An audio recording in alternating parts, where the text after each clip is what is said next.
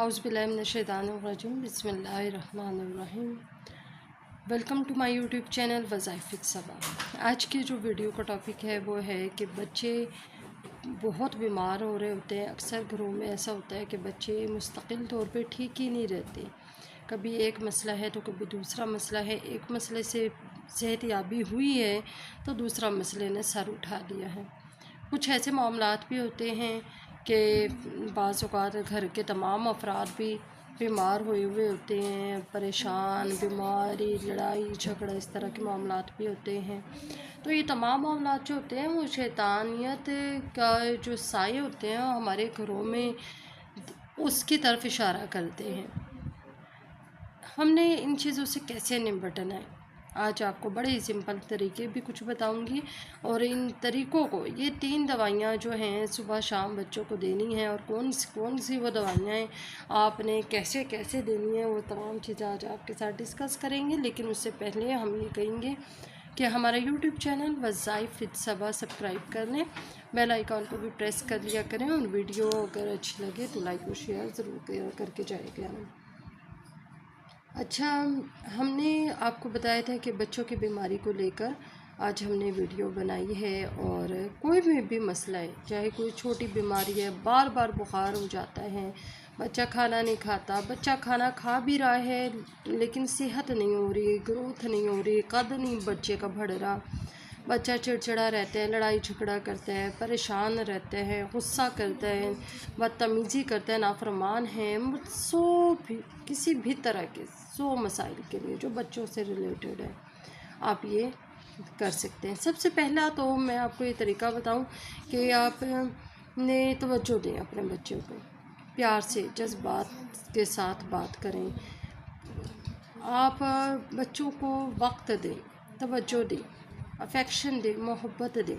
सबसे पहली बात तो मैं आपको ये बता रही हूँ, अपने बच्चों को बर्दाश्त करना सीखें, एक बात ये है। और दूसरी क्या है कि आपने दवाई बनानी है, वो दवाई जो हमारे अपने घरों में होती है, किचन में मौजूद होती है, उसका तरीक़ेकार आपको बताते हैं।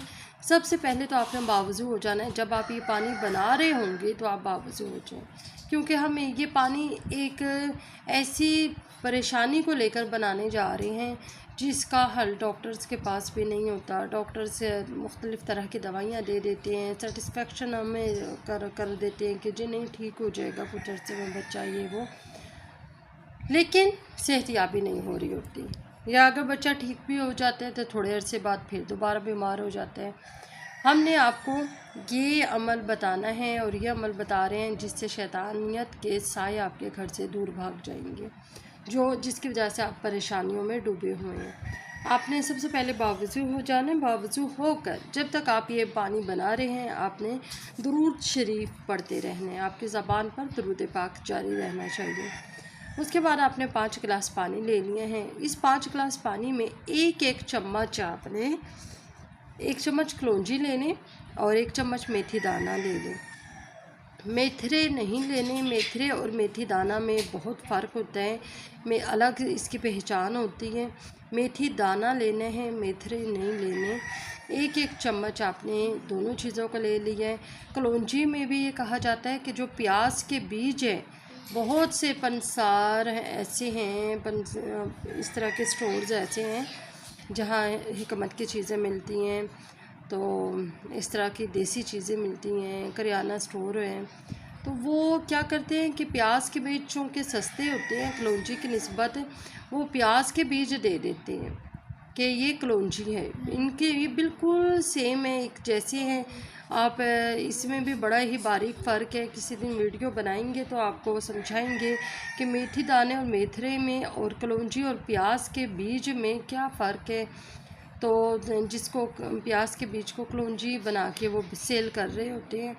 बहरहाल जी, तो आज टॉपिक की तरफ आते हैं। तो कलौंजी और मेथी दाने का एक चम्मच ले लिया आपने, उसमें 1 चम्मच आपने मोरिंगा पाउडर मिलाने हैं। मोरिंगा पाउडर आजकल बड़ा ही फेमस हो रहा है और बहुत से लोगों में इसको बहुत पहचान हो रही है, हर जगह पे मिल जाता है, ख़ासतौर पर मेडिकल स्टोर्स पे तो बआसानी मिल जाता है, हर तरह के मेडिकल स्टोर पे। ये 3 चीज़ें ले ली।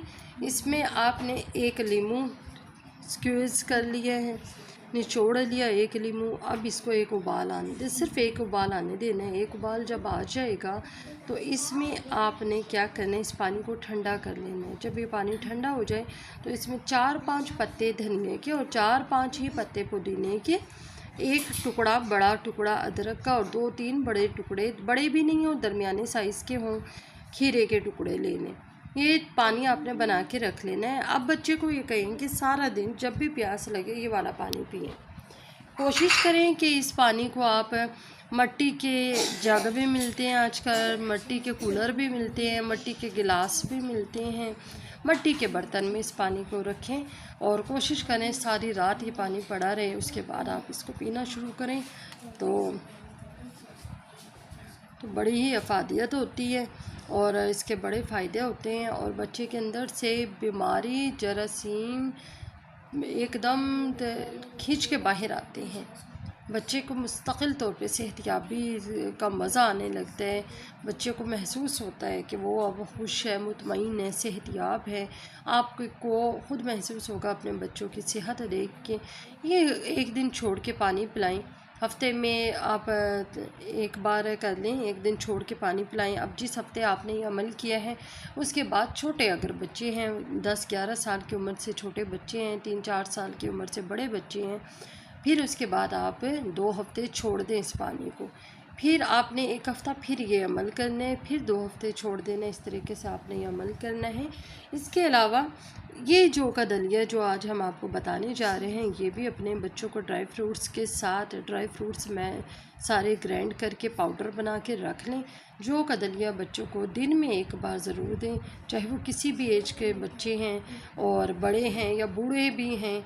जौ का दलिया में बड़ी अफादियत है, सुन्नत है। जौ का दलिया नबी पाक सल्लल्लाहु अलैहि वसल्लम को बहुत पसंद है, तो जौ के दलिए को दें। इससे बहुत सेहत बनती है, क़ुव्वत मुदाफ़ियत बेहतरीन होती है। पट्ठों के लिए, हड्डियों के लिए, कद के लिए, खून की सर्कुलेशन के लिए, हर चीज़ के लिए बेहतरीन है।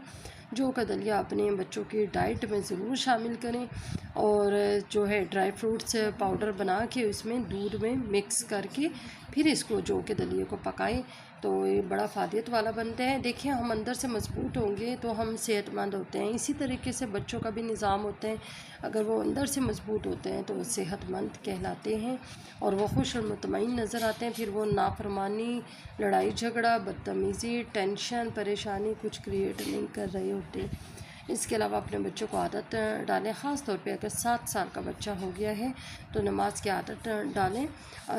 नमाज कुफ्र और मोमिन के दरमियान, काफिर और मोमिन के दरमियान एक बड़ा ही बारीक फ़र्क है और बड़ा ही वाज़िया फ़र्क है। इस फ़र्क को फ़र्क रहने दिया करें। अपने बच्चों, मोमिन बच्चों को, मुसलमान बच्चों को नमाज की अहमियत के बारे में बताएं और शुरू से अगर आप बता देंगे, सिखा देंगे तो आपके बच्चे मुस्तकिल तौर पे पक्के नमाजी बन जाएंगे। वो चीज़ उनकी हड्डियों में बैठ जाएगी कि हमने नमाज छोड़नी ही नहीं है। अगर आप शुरू में नमाज की आदत नहीं डालेंगे तो बच्चों को कभी भी सारी ज़िंदगी नमाज की आदत, शायद कोई इंसिडेंट ले आए उन्हें नमाज की तरफ, लेकिन इनके मोस्टली ये होते हैं कि नमाज की आदत से हमेशा ये लापरवाही ही रहती है ऐसे बच्चों की जिन्होंने छोटे होते हुए नमाज टाइम पे नहीं सीखी।